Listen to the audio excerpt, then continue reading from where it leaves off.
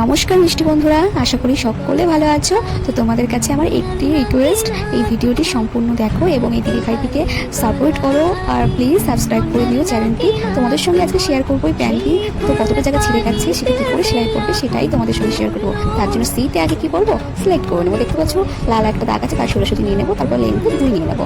তো তারপর এরকমভাবে সেলাই করবো। কিন্তু সেলাই করার সময় তুমি যদি এমনি কোনো পট্টি ইউজ না করো তাহলে কী হবে, তুমি প্যান্টটি পরবে এবং সেখান থেকে আবারও পুনরায় ছেঁড়া শুরু করে দেবে, সেই জায়গা দিয়ে ছিঁড়ে যাবে। এর জন্য কি করবে, একটা পট্টি ইউজ করবে, একটা ধানটা পট্টি নেবে তার মাপে এবং সেখানটা নিচে বসিয়ে তারপর সেলাই করবে। তাহলে কি হবে, জায়গাটা স্ট্রং থাকবে এবং সেটা ছিঁড়বে না, পুনরায় আর ছিঁড়বে না। তো তোমরা বুঝতে পেরে গেছো আশা করি।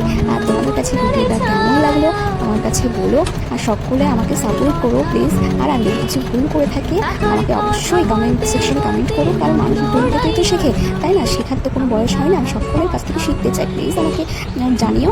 আর সকলে ভালো থেকো, টাটা। দেখতে পাচ্ছ কতটা লেন্থ জুড়ে এটা ছিঁড়ে গেছিলো, তো সেটাই সেলাই করার আর কি চেষ্টা মাত্র করলাম। তো টাটা বন্ধুরা, সকলে ভালো।